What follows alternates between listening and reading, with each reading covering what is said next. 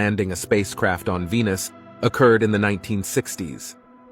The Venera mission aimed to gather as much information as possible about Venus.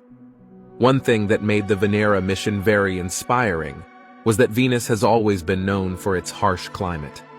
The atmospheric pressure of Venus is about 92 times that of the Earth. And there's another problem of highly toxic gases like carbon dioxide and sulfur in the atmosphere. Thanks to all these gases trapped in the atmosphere, the heat on Venus is extremely high, even higher than Mercury, which is the closest planet to the Sun. While Mercury may be closer, its atmosphere isn't as dense as Venus. And so, while Mercury will dissipate any heat from the Sun, Venus traps all the heat.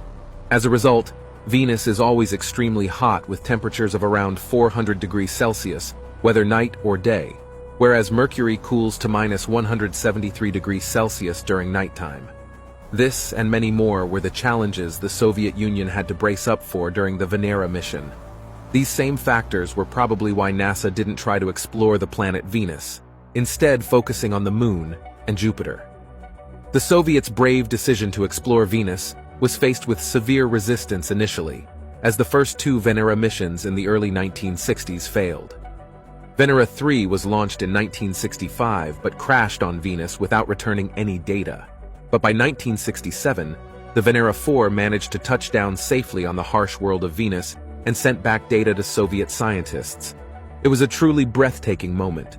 Before that time, not much was known about Venus aside from the fact that thick, scary clouds covered it.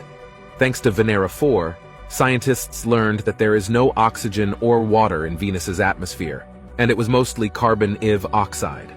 It also brought to light that there was no magnetic field over there on Venus.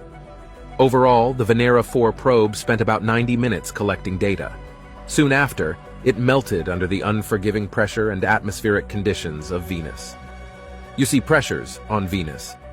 In the years following Venera 4, they conducted 12 more Venera missions, which were all successful.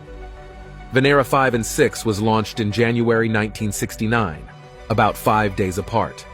These later models of Venera spacecraft came with advanced modifications so they could withstand more pressure and collect more precise data. Thanks to these modifications, the Soviets collected a mountain of data about the mysterious planet. Venera 8 was able to take camera photo shots and clips of Venus, even amidst the terrible climate. But the most impressive of all was the Venera 9 to 12 space probes launched between 1975 and 1978. These